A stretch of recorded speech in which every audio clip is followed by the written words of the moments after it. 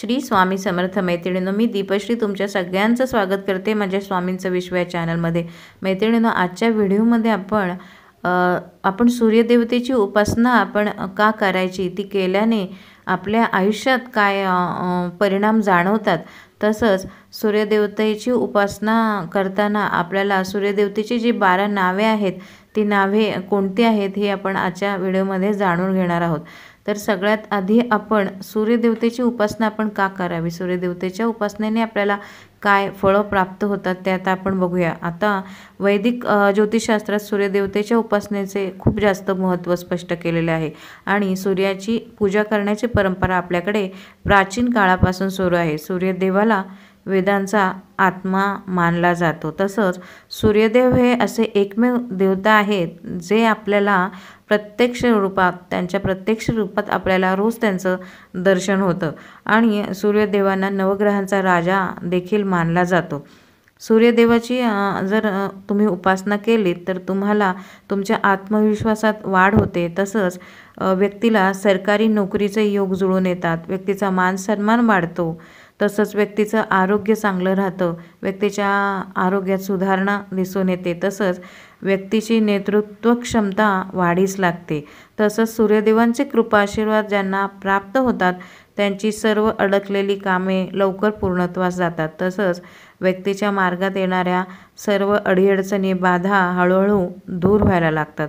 तसंच व्यक्तीच्या त्याच्या कुंडलीत जे नकारात्मक प्रभाव पाडणारे जे ग्रह असतात त्यांचा प्रभावही सूर्यदेवतेच्या उपासनेने कमी व्हायला लागतो. तसंच व्यक्तीच्या जीवनात धनप्राप्तीचे योग जुळून येतात. तसंच घरात शांती आणि समृद्धीचं वातावरण तयार होतं. ज्यांच्या कुंडलीत सूर्य कमजोर आहे त्यांनी अवश्य सूर्यदेवतेची उपासना करायची आहे. आणि सूर्यदेवतेची उपासना करण्यासाठी आपल्याला जास्त काही साधन सामुग्रीची आवश्यकता लागत नाही. जसं अन्य देवी देवतांच्या पूजेसाठी आपल्याला इतर काही साहित्य लागतं किंवा इतर जो काही वेळ लागतो तेवढा वेळ आपल्याला ह्या उपासनेसाठी अजिबात लागत नाही. सूर्यदेवतेची उपासना म्हणजे फक्त सूर्यदेवांना जरी सकाळी जेव्हा सूर्य उगवतो त्यावेळेस तुम्ही सूर्यदेवांना अर्घ्य अर्पण करून सूर्यदेवतेची ही 12 नावे तुम्ही जर घेतलीत तरीही ते प्रसन्न होऊन तुम्हाला नक्कीच त्यांचे कृपाशीर्वाद प्राप्त होतात. तर ही जी सूर्यदेवतेची जी 12 नावे आहेत ते कोणते आहेत ते आता आपण बघूया. ते मी तुम्हाला आता एक एक करून सांगते.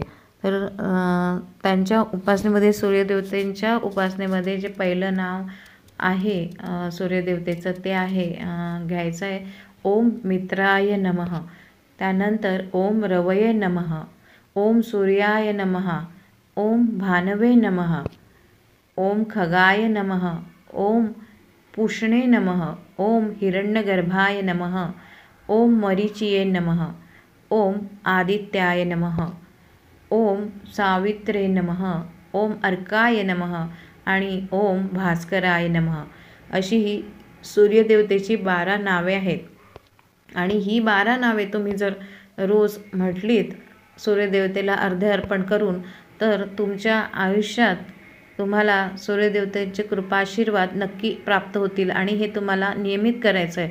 जर तुम्हाला रोज तर तुम्हाला करणं हे आवश्यक आहे. जर तुम्हाला ज्याला कोणाला जमत रोज त्यांनी फक्त सूर्यदेवाला सकाळी अर्घ्य अर्पण करून नमस्कार करायचा आहे आणि दर रविवारी मात्र ही सूर्यदेवतेची 12 नावे तुम्ही सूर्य उगवायच्या वेळेला सूर्यनारायणाकडे तोंड करून जर तुम्ही म्हटलीत तर तुम्हाला ह्याचे खूप चांगले परिणाम तुमच्या आयुष्यात दिसून येतील. आता ह्या 12 नावांचा अर्थ काय होतो हा अर्थही मी तुम्हाला आता सांगते. तर ओम मित्राय नमः याचा अर्थ होतो संपूर्ण सजीव सृष्टीसोबत मैत्री ठेवणारा. ओम रवये नमःचा अर्थ होतो जो सर्वात अधिक तेजस्वी आहे. ओम सूर्याय नमः याचा अर्थ होतो अंधार नष्ट करून पृथ्वीला गतिमान करणारा. ओम भानवे नमः जो नेहमी तेजस्वी राहतो. ओम खगाय नमः म्हणजे आकाशात भ्रमण करणारा. ओम पुष्णे नमः म्हणजे सजीवांचे भरणपोषण करणारा. ओम हिरण्यगर्भाय नमः म्हणजे जो सोन्यासारखा चमकतो, सोनेरी रंग असणारा असा. तसंच ओम मरीचिये नमः म्हणजे जो आपल्या किरणांद्वारे सजीव सृष्टीला प्रकाश देतो. तसंच ओम आदित्याय नमः म्हणजे विश्वाची आई आदितीचा मुलगा.